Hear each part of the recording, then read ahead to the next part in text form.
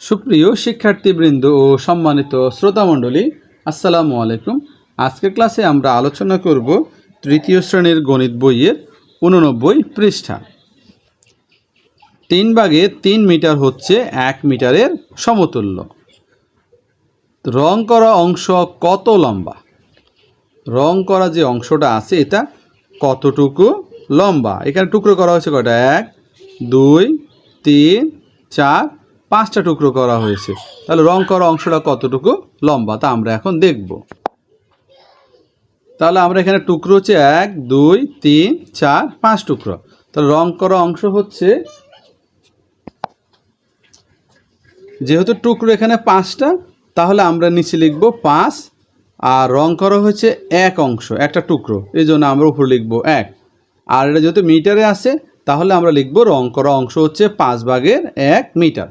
তোমরা 2 নং প্রশ্ন যদি দেখো, 2 নং প্রশ্ন যদি দেখো, এখানে পুরোটা 1 2 3 4 অর্থাৎ 1 মিটার টুকরো 4টায় রং করা আছে, অর্থাৎ পুরোটা রং করা মানে এটা পুরো 1 মিটার।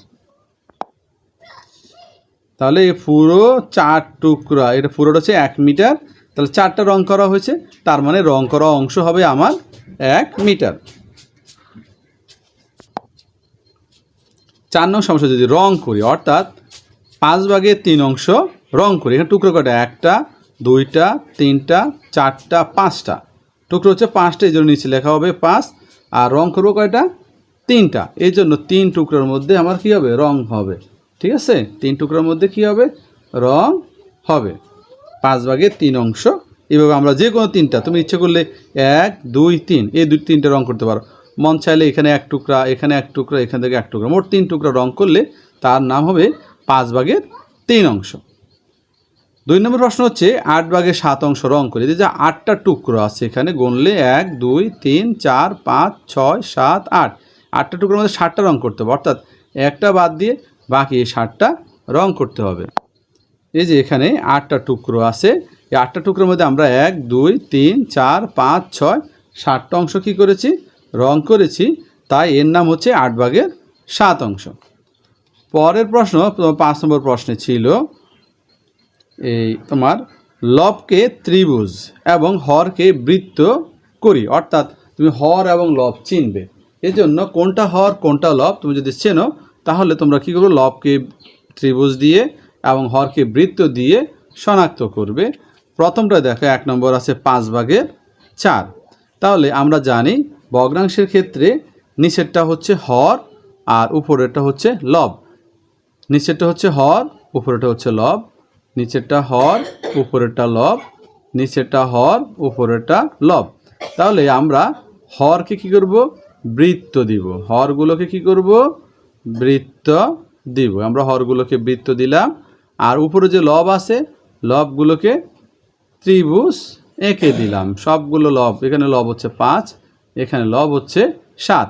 হর আর লব সাধারণত প্রচলিত ভাষায় বলা হয়েছে দুধ জাল দিলে দুধের হর থাকে উপরে, আর গণিতের ক্ষেত্রে হর থাকে নিচে। শিক্ষার্থীরা সাধারণত যারা ভুলে যায়, তারা এই অংশটা মনে রাখলে তারা কি করে? মনে রাখতে পারে যে হ্যাঁ, দুধের হর তো উপরে থাকে, তাহলে আমরা অঙ্কের হরটা নিচে। তাহলে সে হঠাৎ করে তার ভুলে গেলে সে মনে করতে পারে হ্যাঁ, হর হচ্ছে নিচেরটা। অর্থাৎ এখানে 9 8 7 5 এগুলো হচ্ছে হর।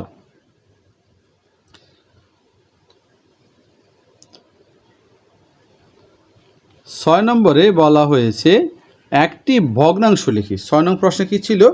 বলা হয়েছে একটি ভগ্নাংশ লিখি, একটা ভগ্নাংশ লিখি যার হর হবে 9 এবং লব হবে 5।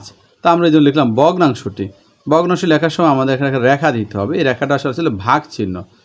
তাহলে হর থাকবে নিচে, এই জন্য আমার হর 9 আমরা নিচে লিখলাম, আর লব থাকবে উপরে, এই জন্য লব 5 আমরা উপরে লিখলাম। তাহলে আমার এমন একটা ভগ্নাংশ লিখলাম যার হর হচ্ছে 5 আর লব হচ্ছে হর হচ্ছে 9, লব হচ্ছে 5। আশা করি বুঝতে পেরেছ।